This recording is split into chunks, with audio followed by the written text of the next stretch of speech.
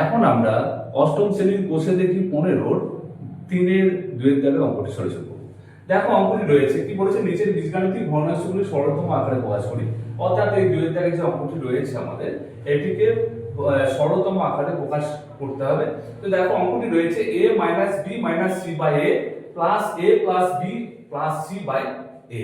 তো দেখো এই ক্ষেত্রে আমরা কি করব, এই দুটিকে ভগ্নাংশের যোগ যেমন করি সেরকম ভাবে আমরা সলিউশন করব। দেখো এখানে সমান দিয়ে আমরা লিখছি a আর a, এই দুটি লসাগু কি হয়, দুটি লসাগু হবে a, তাহলে আমরা a দিলাম এখানে। তাহলে দেখো a কে a দিয়ে ভাগ করলে কি হবে, 1 হবে। তাহলে 1 এর সঙ্গে যদি এটা গুণ করি এটাই হবে, তার মানে a - b - c লিখে দিচ্ছি। প্লাস দেখো প্লাস দিচ্ছি যেমন আছে প্লাস। এবার দেখো a কে a দিয়ে ভাগ করলে কি হবে, 1 হবে। 1 এর সঙ্গে যদি এটাকে গুণ করি তাহলে আমরা এটাই পাবো। তাহলে কি করছি, a প্লাস হচ্ছে b প্লাস হচ্ছে c। এবার দেখো আমাদের প্লাস মাইনাস যেগুলো থাকে সেগুলো কেটে যাবে। এখানে প্লাস b আর মাইনাস b কেটে গেল। এখানে দেখো plus b minus b plus c minus c।